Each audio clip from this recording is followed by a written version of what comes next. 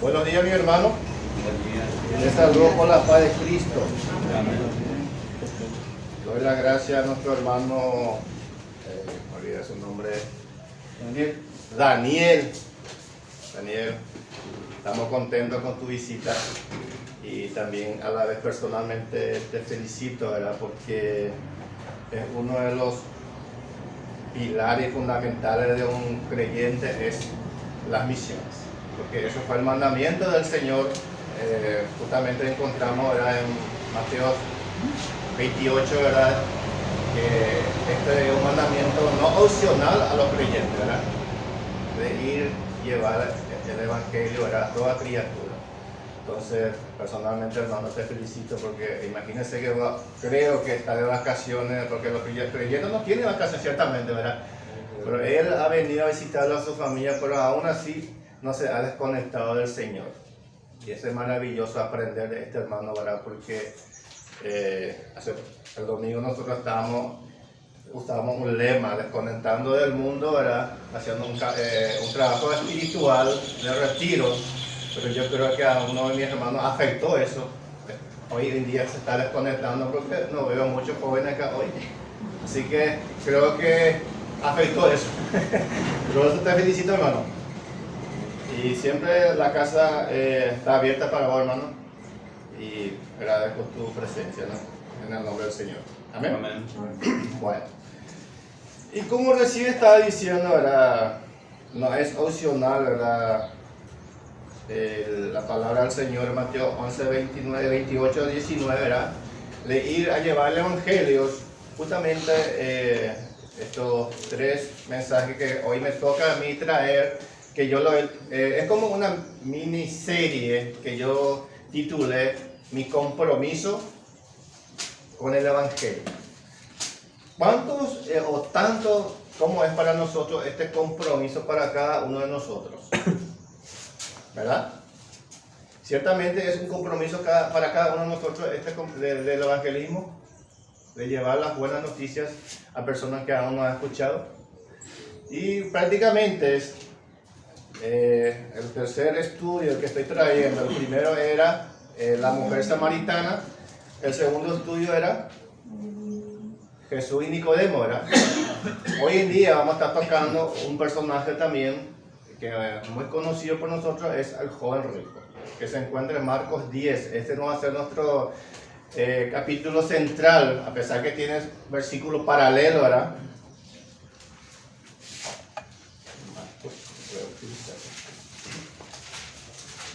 Marcos 10, versículo 17.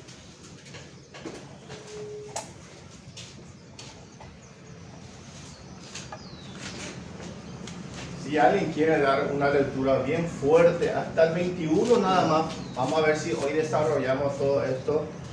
Realmente es bastante largo, ¿verdad?, para desarrollarlo todo en una sola vez, ¿verdad?, pero voy a tratar de simplificar un poco más lo más importante, nada más, los versículos, ¿verdad? ¿Quién quiere leer? Hasta el 21.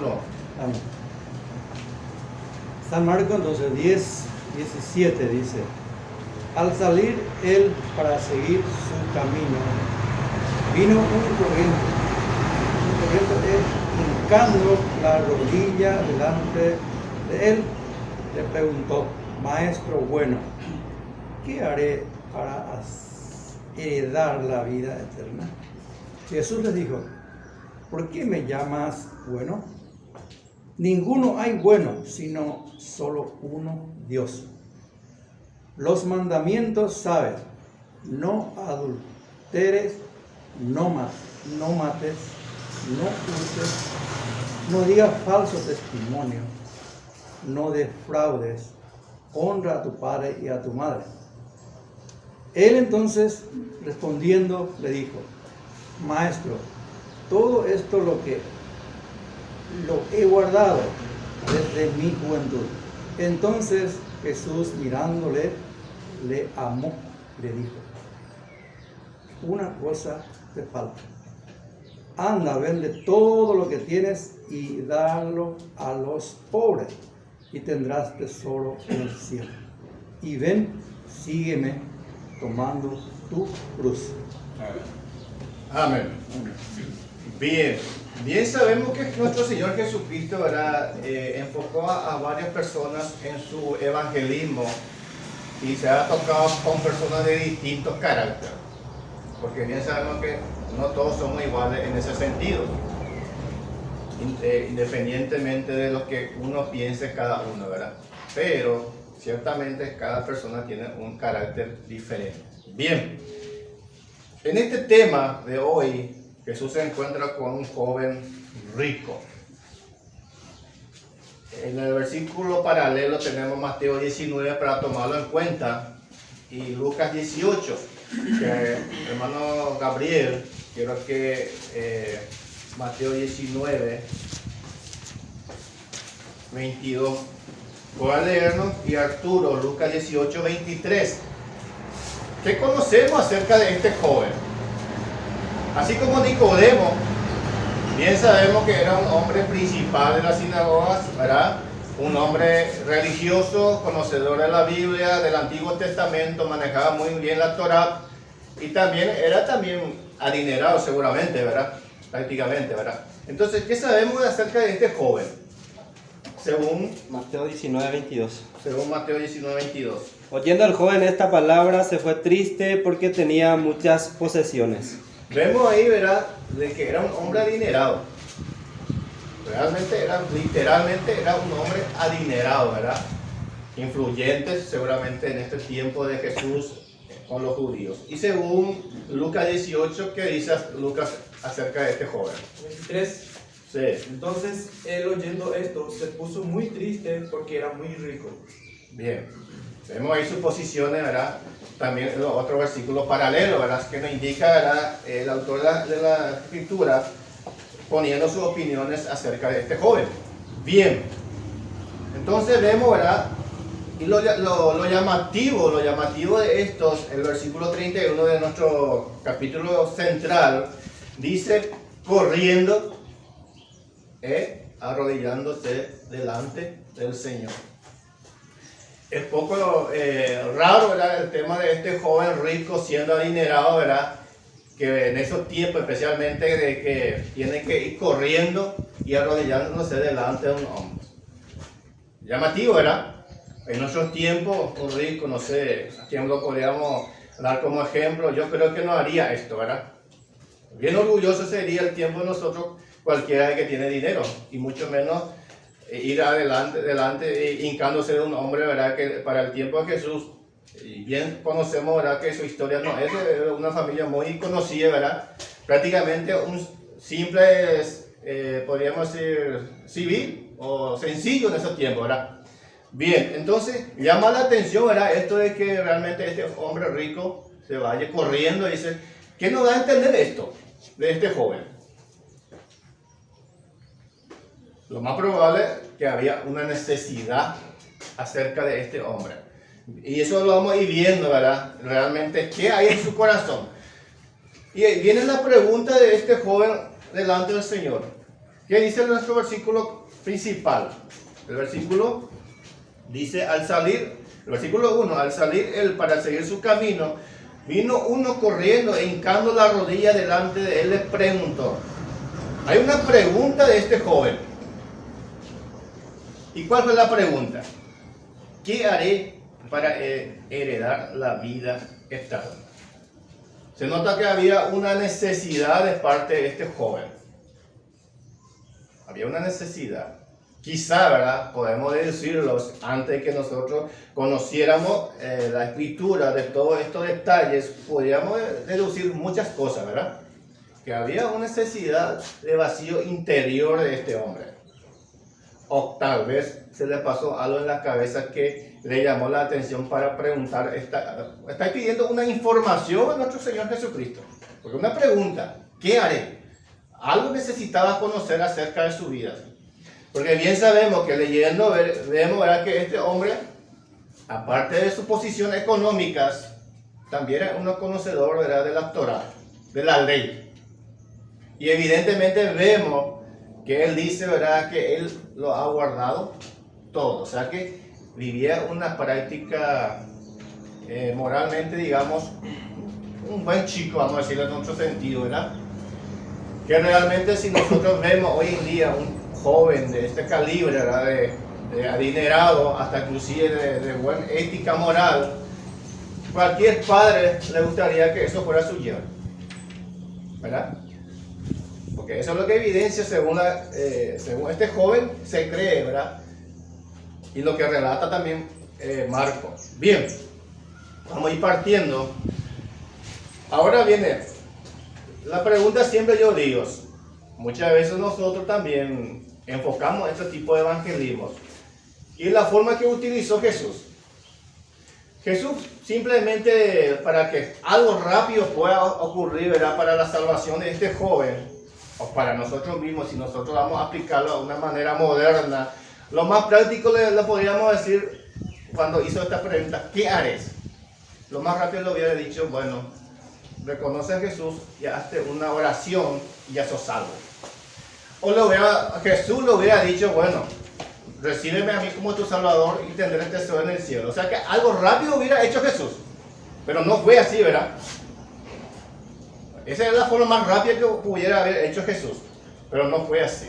Entonces, ¿a qué apunta Jesús con esa enseñanza? Jesús quiso mostrarnos, o sea, que mostrarle a los discípulos una enseñanza realmente importante. Y para nosotros también, porque hoy en día nosotros también, a base de esa enseñanza de Jesús, el método que Él utilizó, que también nos va a servir a nosotros. Evidentemente, entonces, lo que vamos a ir viendo primeramente, entonces, dice...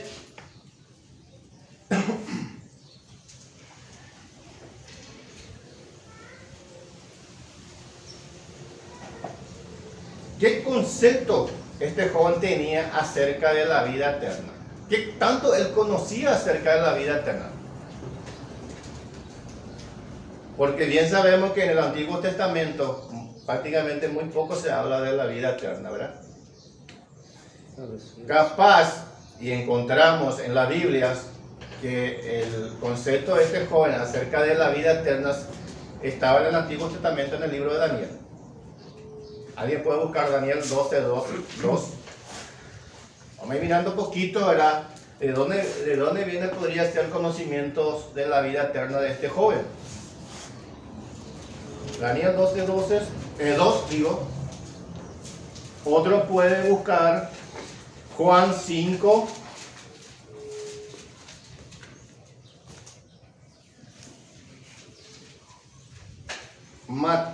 ¿Ya tienen?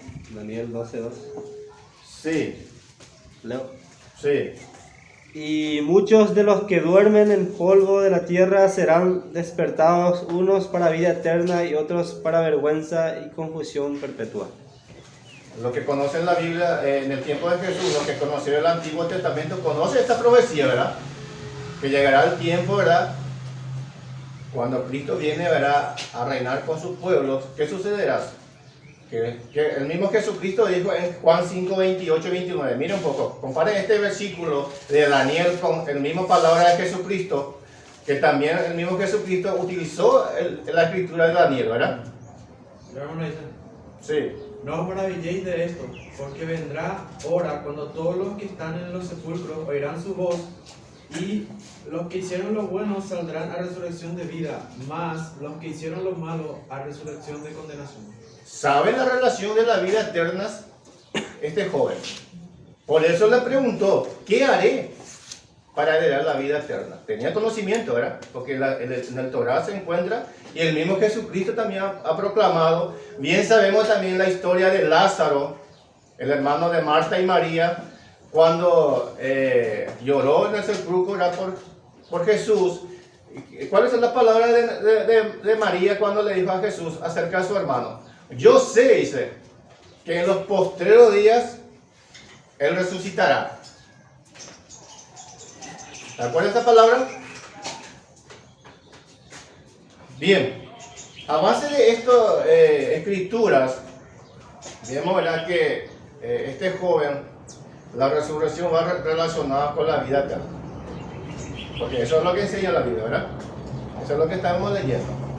Bien, Esa es la comprensión que él tenía acerca de la vida eterna, este joven. Por eso está la pregunta. Ahora, realmente concluimos. ¿Qué es lo que realmente él anhelaba? Porque el concepto de la vida eterna sí tenía, que hay otra vida después de otra vida, ¿verdad? Y mirando un poquito sus posiciones económicas, ¿qué fue lo que podía haberlo pasado por la mente por haber hecho esta pregunta a nuestro Señor Jesucristo, ¿verdad? Porque antes de eso, él pensaba obtener la vida eterna. ¿Cómo él pensaba tener la vida eterna? Porque leyendo un poquito, dice,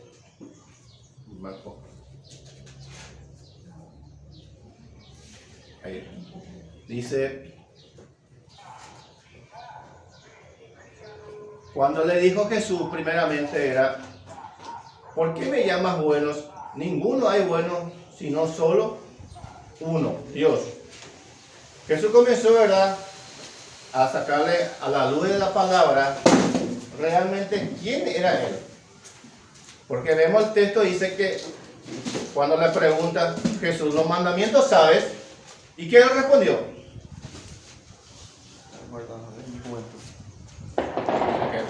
Como estaba diciendo, era una persona, un chico que realmente, aparentemente vivía una vida ordenada, ¿verdad? Y cumplía las leyes, porque él se justifica que es un hacedor de la palabra. Entonces vemos que él quiso ganar el cielo o la vida eterna a través de su obra. Eso es lo que está identificando él, ¿verdad?, delante de Jesucristo. Pero Jesús ahí es como que le puso un paro. ¿Por qué? Porque le dice, ¿por qué me llamas buenos? Bueno, ¿acaso Jesús para nosotros no es bueno? Claro que sí, ¿verdad? Sí. Claro que sí. Pero Jesús le dijo, él se hizo como hombre, él estaba hablando como hombre, no como Dios. Siendo Dios, ya sabemos que él es como hombre. Entonces se puso a la altura de él. ¿Por qué me llamas bueno si solamente uno es Dios? ¿Qué nos da a entender eso? ¿Qué le quiso enseñar a este hombre? Cuando le dijo solamente Dios es uno, que ninguno somos buenos. Romanos 3:10, ¿qué dice? Ahí está. La Biblia nos enseña que no hay solo uno que es bueno delante de los hombres, de Dios. No hay uno. Y eso es lo que le está diciendo a este joven. No, te equivocaron. Vos no sos bueno. Solamente aparentás ser bueno, porque él se autojustifica que yo lo he guardado todo. Yo vivo una vida ejemplar. Ayuda a los pobres. Porque eso es lo que él se está justificando. Que él estaba ayudando a los jóvenes, a los pobres, hacía obras de caridad seguramente, ¿verdad?, en esos tiempos, ¿verdad? Porque él se adjudica esta vida de bueno. Y ahí es cuando el Señor le dijo, no, solo hay unos. Hacerlo entender. Bien, pero ¿por qué le citó el Señor Jesucristo los mandamientos? ¿Alguien puede leer ahí? Los mandamientos, ¿sabes? El 19, ¿verdad? No adulteres, no mates, no hurtes, no digas falsos testimonios, no defraudes, honra a tu padre y a tu madre, y sucesivamente, ¿verdad? Le cita, ¿verdad?, varios versículos del mandamiento del Moisés, ¿verdad? ¿A partir del cuánto este mandamiento? Prácticamente 4. ¿Del mandamiento? 4. ¿O 5? 5 para adelante es. Bien. Dice...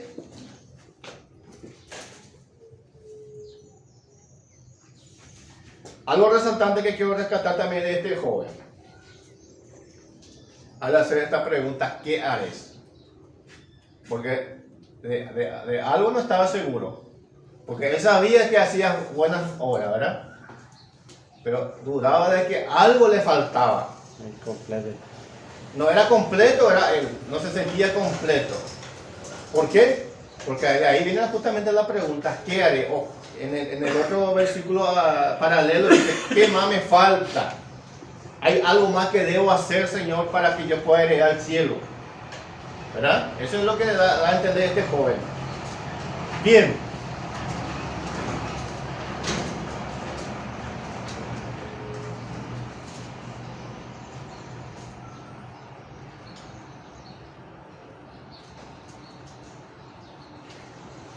Acá el Señor, cuando le dijo maestro bueno, le llaman al Señor. ¿Qué concepto tenía Jesús, este joven acerca de Jesús? Porque le llamó maestro bueno.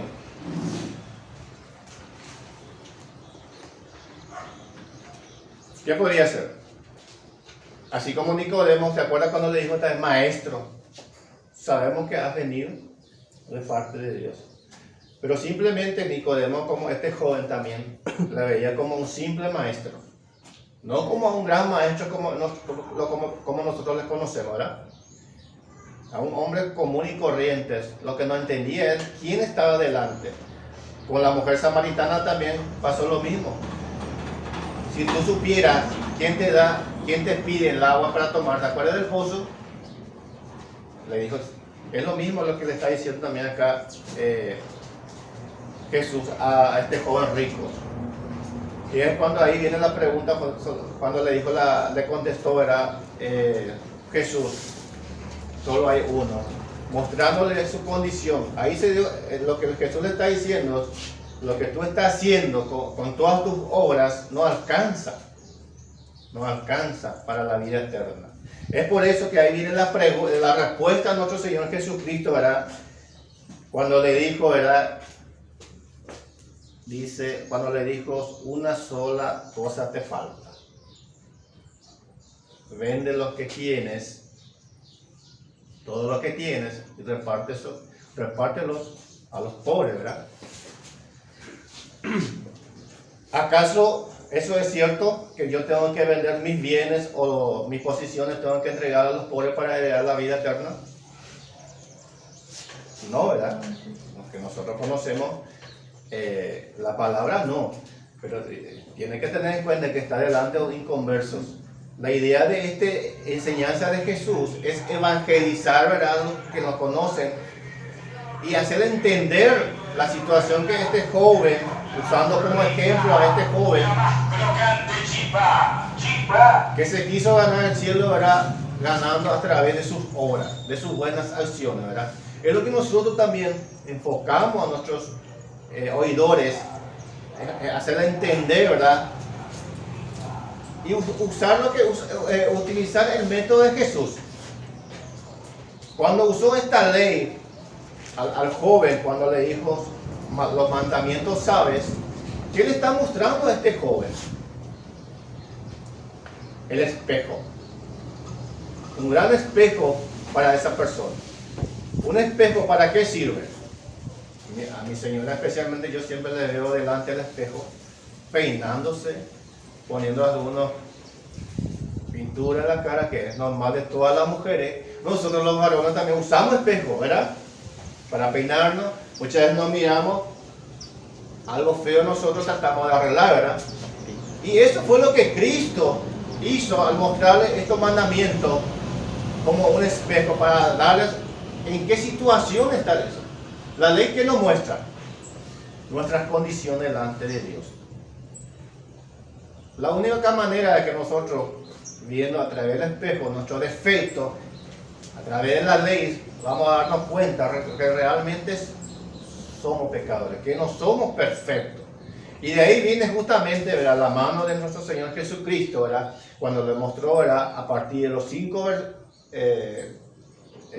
mandamientos, nos matará. Todo eso va relacionado con ¿quién? Por amor a mi prójimo. Y la evidencia de este joven, cuando le dijo que vendas todo lo que tienes, ¿por qué se fue triste? ¿Qué dice la Escritura? Porque amaba mucho sus posiciones, sus dineros, todo lo que él amaba mucho. Entonces vemos la hipocresía de este joven, que dijo que guardaba todo. ¿Pero por qué lo hacía? Para heredar el cielo. Él lo estaba haciendo justamente para ganar el cielo o la vida eterna, es la pregunta justamente. Pero este joven no estaba muy convencido, algo le faltaba. ¿Por qué? Por falta de conocimiento. ignoraba, ¿verdad?, que para llegar al cielo necesitábamos de alguien más.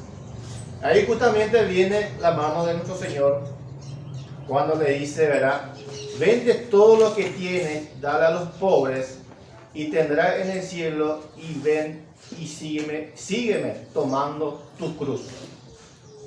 Este hombre, capaz, vamos a deducirlo, capaz que hubiera podido vender todo lo que tienes, ¿verdad?, y quedarse sin nada, ¿verdad? Pero al hacer estas obras, ¿va al cielo? ¿Va a heredar? Tampoco. ¿Cuál es la parte principal ahí de este versículo? Ahí donde dice, el versículo 21. ¿Cuál es la conclusión de la enseñanza de Jesucristo?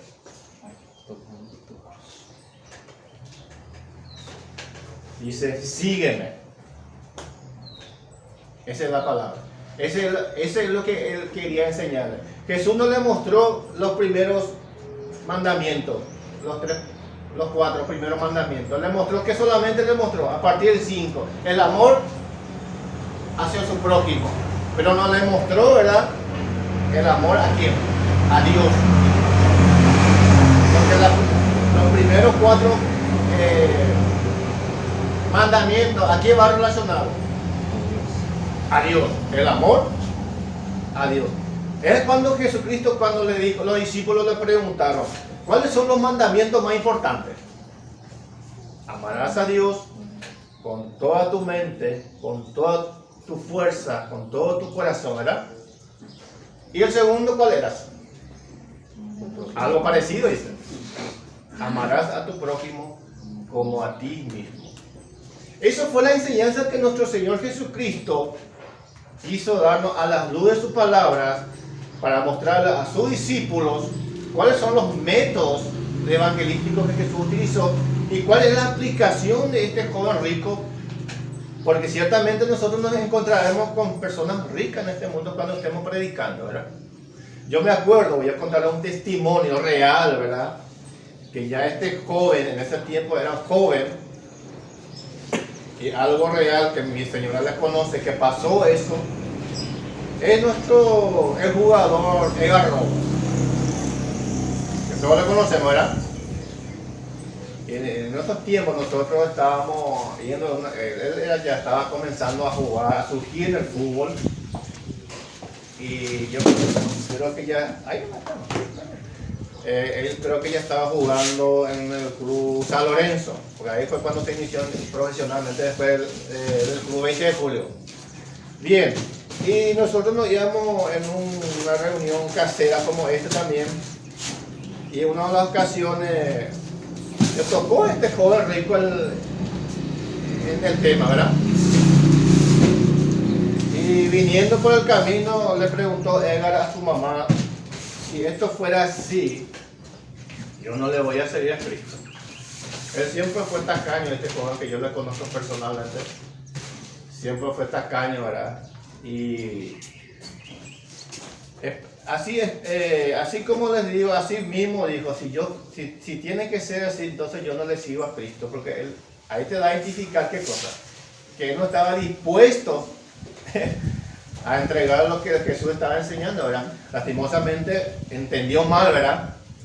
En esos tiempos, él prefirió no seguir a Cristo, ¿verdad?, por el tema de su dinero, que ya estaba comenzando a tener éxito en el fútbol, ¿verdad? Y eso es lo triste hoy en día también, que yo les puedo explicar, ¿verdad? Que muchas veces la enseñanza de Jesucristo, por lo que encontramos en la Biblia, que es aplicable a una salvación, a un inconverso, que también muchas veces es aplicable para nosotros los cristianos. En este caso, lo que vemos ahí, muchas veces somos un cristiano hipócrita en el sentido de que mezquinamos todavía nuestras posiciones, nuestras casas, nuestros coches, ciertas cosas, aún nos aferramos, ¿verdad?, a las cosas materiales. No solamente los inconversos, aún los cristianos aún siguen todavía. Hay muchos en este mundo, ¿verdad?, que todavía no se ha, ¿verdad?, despojado, no para regalar, sino en el sentido de ser un poco tacaño. En ese sentido estoy hablando, ¿verdad? Entonces es importante entender, ¿verdad?, lo que Jesucristo nos quiere enseñar a través de esta enseñanza, de que realmente si yo amo, todavía sigo amando a las cosas materiales y dejo de lado a mi prójimo, a mis hermanos que están a mi lado con necesidades, yo creo que hay que meditar en esos puntos. Hay que meditar un poquito sobre ese punto. Es muy importante. Bien, hermanos, vamos a ir siguiendo un poquito más. ¿Qué hora tenemos, hermanos? Menos 11 minutos de queda. Me quedan 11 minutos. Bien, vamos a ir entrando, ¿verdad?, ya a los tiempos finales, ¿verdad?, de nuestro Marcos 10. Bien.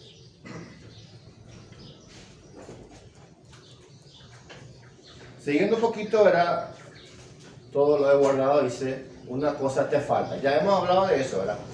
Bien. Eso justamente encontramos el libro de los Hechos 16, 30, 31.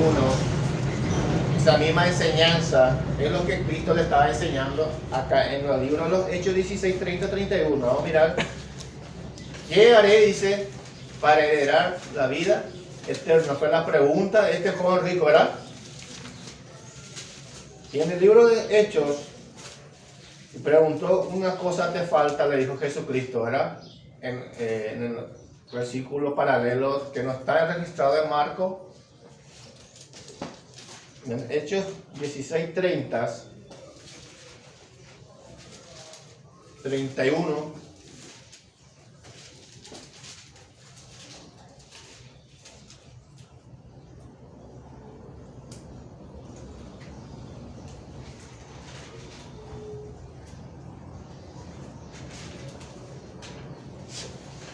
¿Ya tiene?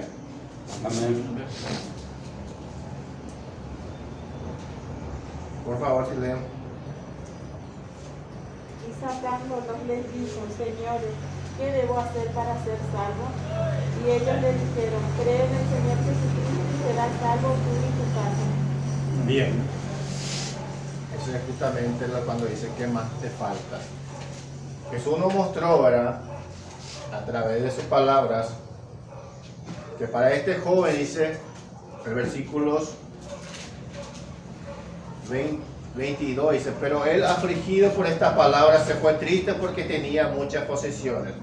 Se aferraba mucho a sus posesiones, no estaba dispuesto a despojarse, pero la intención de Jesús no era que él vendiera todo y tuviera la vida eterna, sino simplemente nos daba a demostrar lo que estaba en el corazón de este joven. Él iba a amar más a sus posesiones que a Dios. Por eso la Biblia dice que no podemos amar a dos señores, ¿verdad? Amarás a uno y aborrecerás al otro, dice. O sea que no se puede amar el dinero y a la vez a Dios. Eso no significa que yo no puedo tener mucha plata. Simplemente el amar es el problema. Muchas veces el dinero no gobierna, no tiene atrapados. Por eso dice que él se fue afligido. Esa palabra afligido justamente es que él fue atrapado por el dinero. Porque el dinero, el amor al dinero es algo que es enemigo prácticamente de un cristiano, especialmente de un hombre que ama, no puede amar también a Cristo a la vez. Es difícil, ¿verdad? Por eso dice acá, el 22, dice, pero él afligido por esta palabra se fue triste porque tenía mucha posesión. Entonces Jesús, mirando alrededor, dijo a su discípulo, cuán difícilmente, dice, entrará en el reino de Dios los que tienen riqueza. Ahí viene justamente la aplicación de eso. ¿Por qué? Porque siempre los ricos prevalecen su dinero encima de su vida, reina en su vida, y no puede reinar Cristo. Los discípulos se asombraron de sus palabras, pero Jesús respondiendo volvió a decir, hijos, cuán difícil es entrar en el reino de Dios a los que confían justamente en la riqueza. Más, el 25, más fácil es pasar un camello por el ojo de una aguja que entrar un rico en el reino de Dios. Más fácil un camello. ¿Cómo se entiende este ojo que describe este Jesucristo el ojo de la aguja. ¿Quién sabe a qué se aplica cuando Jesús dijo? Porque yo creo que si se trata de un elefante literal, yo creo que es imposible entrar, ¿verdad?, en el ojo de una aguja. ¿No? No. Antes las ciudades tenían puertas, pórticos vamos a llamarle. Entonces las personas salían a trabajar y si volvían tarde les dejaba una abertura para que esa persona justo pueda caer ahí, para poder entrar. Pero para un camello era imposible, quizás la nariz pueda asomar ahí, pero no va a meter el cuerpo. Es cierto lo que dice el hermano. En el tiempo de Jesús, en Jerusalén, la ciudad estaba rodeada de ¿qué?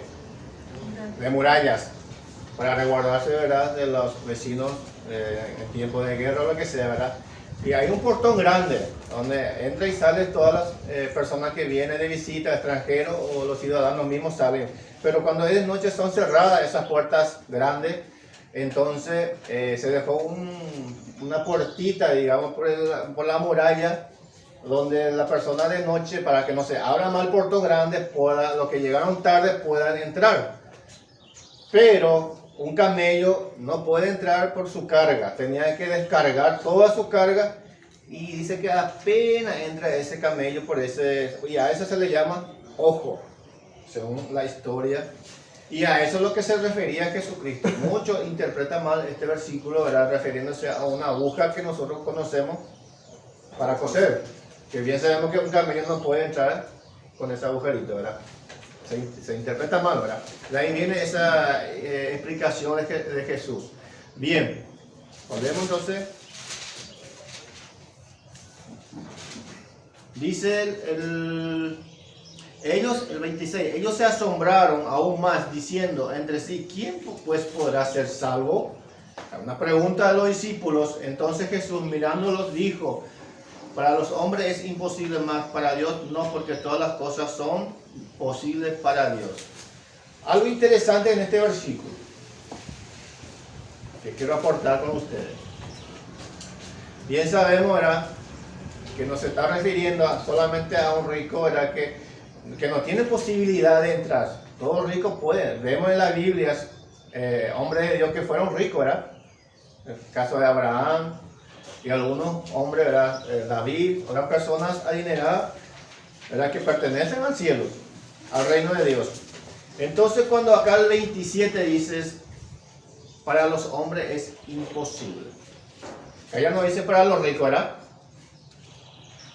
Para los hombres, a todos. Es imposible la salvación. Entonces, ¿de dónde viene la salvación para los hombres? Entonces, porque para Dios dice, es posible. Al menos que sea, ¿verdad?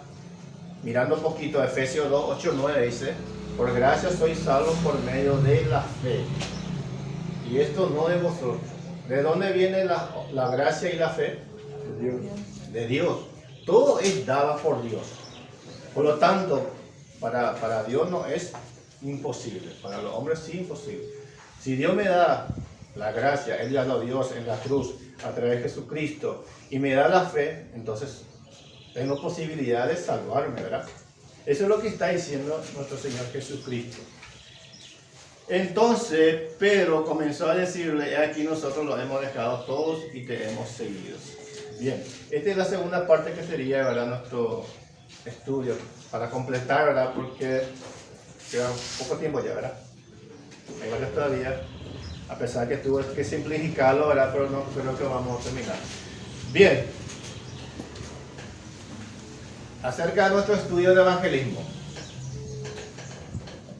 mirando todos estos tipos de tres, como ejemplo de tres personas que Jesús evangelizó, ¿verdad?, ¿qué es lo que podíamos discernir nosotros a través de esta enseñanza que hemos tenido acerca del evangelio? Porque ese es nuestro tema, ¿verdad? De ver, discernir primeramente con quién estamos hablando. Justamente el hermano está preparando un estudio que yo no quiero adelantar, pero se trata justamente dentro de su estudio está este versículo donde dice, ¿verdad?, no echéis vuestras perlas a los cerdos, ¿verdad?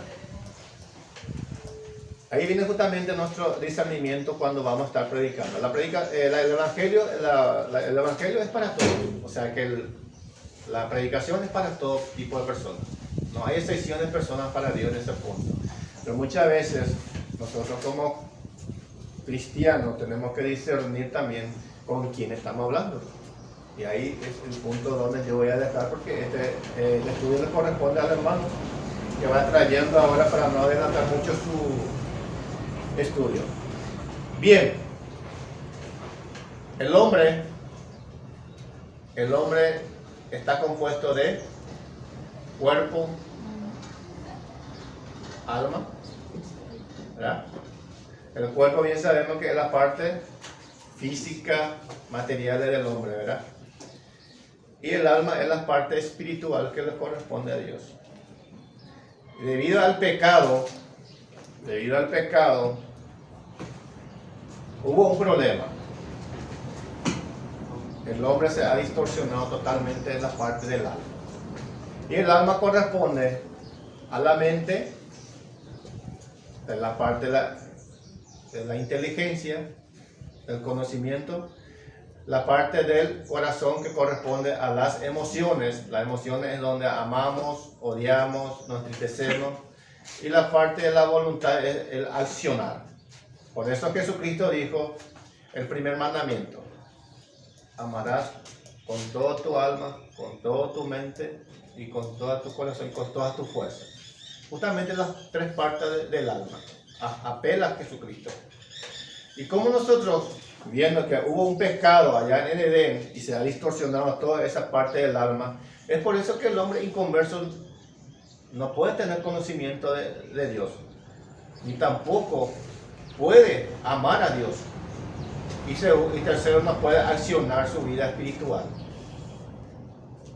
Nadie busca a Dios, justamente porque ese alma ha sido distorsionado ahora por el pecado en el Edén. Pero gracias a Jesucristo, que ese alma se ha vuelto, ¿verdad?, a coordinar juntos. Por eso un buen cristiano maduro tiene que tener primeramente conocimiento, debe tener el deseo de amar a Dios y también de accionar, estar al servicio de Dios y a la vez también al servicio de los demás, de los hermanos. Esa es la idea central de nuestro Señor Jesucristo en este estudio de la primera parte. Cuando enfocamos, ¿verdad?, a este joven, dando como ilustración para nosotros que realmente debemos amar sobre todas las cosas a Dios, amar a nuestro prójimo y dejar en segundo plato todas las cosas que nosotros vemos en segundo lugar. Amén. Amén. Creo que se entendió un poquito, ¿verdad, hermano?